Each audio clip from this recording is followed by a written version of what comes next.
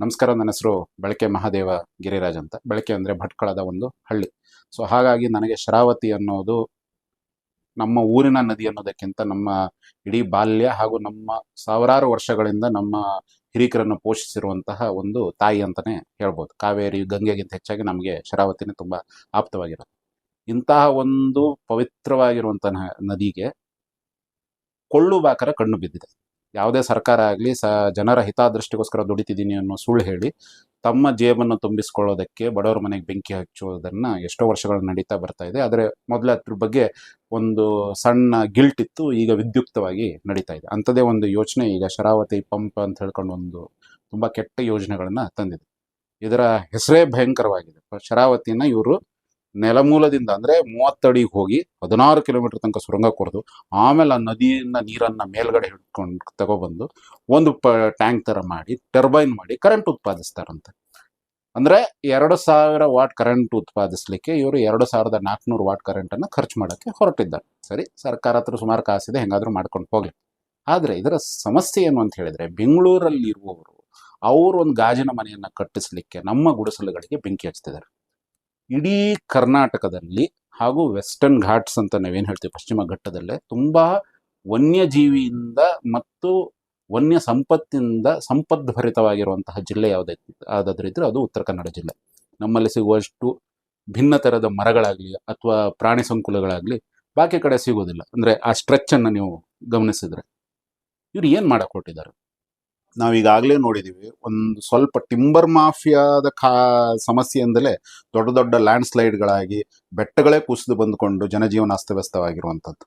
ಆದರೆ ಇವರಿಗೆ ಅದು ಯಾವುದೂ ಸಂಬಂಧಕ್ಕೆ ಬರಲಿಲ್ಲ. ಈ ಹಿಂದೆ ಎಣ್ಣೆ ಹೊಳೆ ಯೋಜನೆ ಅಂತ ಒಂದು ಮಾಡಿದರು. ಅಷ್ಟೆಲ್ಲ ಖರ್ಚು ಮಾಡಿ ಕೊನೆಗೆ ಅದರ ಉದ್ದೇಶ ಏನಾಗಿತ್ತು, ಈ ಬದಿಯಲ್ಲಿ ಎಲ್ಲಿ ನಮ್ಮ ಬರಗಾಲ ಪೀಡಿತ ಪ್ರದೇಶ ಇದೆ ಅಲ್ಲಿಗೆ ನಾವು ನೀರು ತೊಗೊಂಡು ಹೋಗ್ತೀವಿ, ಕೋಲಾರ ಮತ್ತು ಆ ಕಡೆ ಎಲ್ಲ ನೀರು ತೊಗೊಂಡು ಹೋಗ್ತೀವಿ ಅಂತ ಬಂದರು. ಇನ್ನೂ ತನಕ ಒಂದು ಹನಿ ಕೂಡ ಆ ಕಡೆ ಹೋಗಿಲ್ಲ. ಆದರೆ ಕೊಳವೆ ಮೇಲೆ ಕೊಳವೆಯಲ್ಲಿ ಆ ಕಾಡುಗಳೆಲ್ಲ ನಾಶವಾಗ್ತಾ ಇದೆ, ಕುಮಾರಧಾರ ನಾಶವಾಗಿದೆ. ಏನಕ್ಕೆ ಈ ಯೋಜನೆಗಳು ಮಾಡ್ತಾರೆ ಅನ್ನೋದಕ್ಕೊಂದಿರುತ್ತೆ. ಯಾಕಂದ್ರೆ ಪ್ರತಿ ಯೋಜನೆ ಹಿಂದೆ ಅಲ್ಲೊಂದು ಕಾಂಟ್ರಾಕ್ಟ್ ಇರುತ್ತೆ. ಆ ಕಾಂಟ್ರಾಕ್ಟಿಗೆ ಕೋಟಿಗಟ್ಟಲೆ ಹಣ ಇರುತ್ತೆ. ಆ ಪ್ರತಿ ಕೋಟಿಗಟ್ಟಲೆ ಹಣದಲ್ಲಿ ಇವರೆಲ್ಲರೂ ಕಳೆದುಕೊಂಡು ಇವ್ರು ಹಣ ತಿಂತಾ ಇರ್ತಾರೆ. ಸೊ ಇದೆಲ್ಲವನ್ನು ಗಮನಿಸ್ಕೊಂಡೆ ಅವ್ರು ಯೋಜನೆಗಳನ್ನು ರೂಪಿಸ್ತಾರೆ ಹೊರತು ಜನರ ಒಳಿತಿಗಾಗಿ ಅಲ್ಲಿ ಯಾವುದೇ ಒಂದು ಒಳ್ಳೆಯ ಯೋಚನೆಗಳು ಇಲ್ಲ.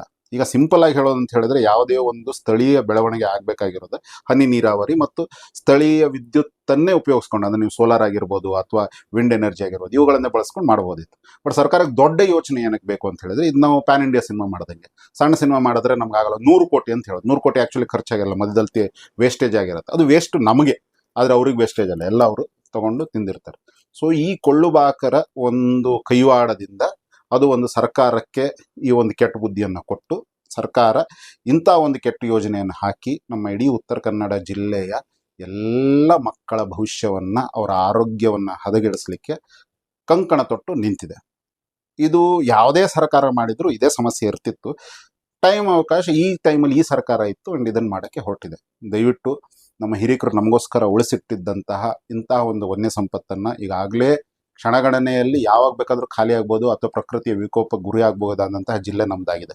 ಇಷ್ಟೆಲ್ಲ ಬೆಳವಣಿಗೆ ಬಗ್ಗೆ ಮಾತಾಡೋರು, ನಮ್ಮ ಉತ್ತರ ಕನ್ನಡದ ಬೆಳವಣಿಗೆ ಬಗ್ಗೆ ಮಾತಾಡೋರು, ಇನ್ನೂ ತನಕ ಒಂದು ಆ್ಯಂಬುಲೆನ್ಸ್ ವ್ಯವಸ್ಥೆಯನ್ನು ಅಲ್ಲಿ ಕಟ್ಕೊಡೋಕ್ಕಾಗದೆ ಪ್ರೈವೇಟ್ ವ್ಯವಸ್ಥೆಯನ್ನು ನಾವು ಬಿಟ್ಕೊಂಡು ಅದಕ್ಕೊಂದು ಮುಗಿಬಿದ್ದು ನಾವು ಸಂಪೂರ್ಣವಾಗಿ ಉಡುಪಿ ಮತ್ತು ಮಣಿಪಾಲಿನ ಆಸ್ಪತ್ರೆಗಳೇನಿದೆ ಅವುಗಳಿಗೆ ಡಿಪೆಂಡ್ ಆಗಿದೆ. ಅಲ್ಲೊಂದು ಸಣ್ಣ ಆಕ್ಸಿಡೆಂಟ್ ಆದರೂ ಅದನ್ನು ಅಲ್ಲಿ ಯಾರು ಜನ ಉಳಿತಾರೆ ಅಂತ ನಾವು ಹೇಳೋಕ್ಕಾಗಲ್ಲ. ಯಾಕಂತ ಹೇಳಿದ್ರೆ ಅಲ್ಲಿ ಅಂತಹ ಒಂದು ವೈದ್ಯಕೀಯ ವ್ಯವಸ್ಥೆ ಏನಿದೆ ಅದಷ್ಟೊಂದು ಹದಗೆಟ್ಟಿದೆ. ಇವುಗಳನ್ನು ಇಂಪ್ರೂವ್ ಮಾಡೋದು ಬಿಟ್ಕೊಂಡು ಅಥವಾ ಇವುಗಳಿಗೆ ಒಂದು ಸಕ್ಷಮತೆ ಕೊಡೋದರ ಬದಲು ಈ ಸರ್ಕಾರಗಳು ಈ ರೀತಿ ಅಲ್ಲಿ ಮತ್ತು ಈಗಾಗಲೇ ಎಷ್ಟು ಕೊಟ್ಟಿದರೂ ಅದನ್ನು ಇನ್ನೂ ಕೊಡುವಂತ ಹೇಳುವಂತಹ ಒಂದು ಸರ್ಕಾರ ಇಲ್ಲಿಯ ವನ್ಯ ಸಂಪತ್ತನ್ನು ಮೊದಲು ಲೂಟಿ ಮಾಡ್ತು.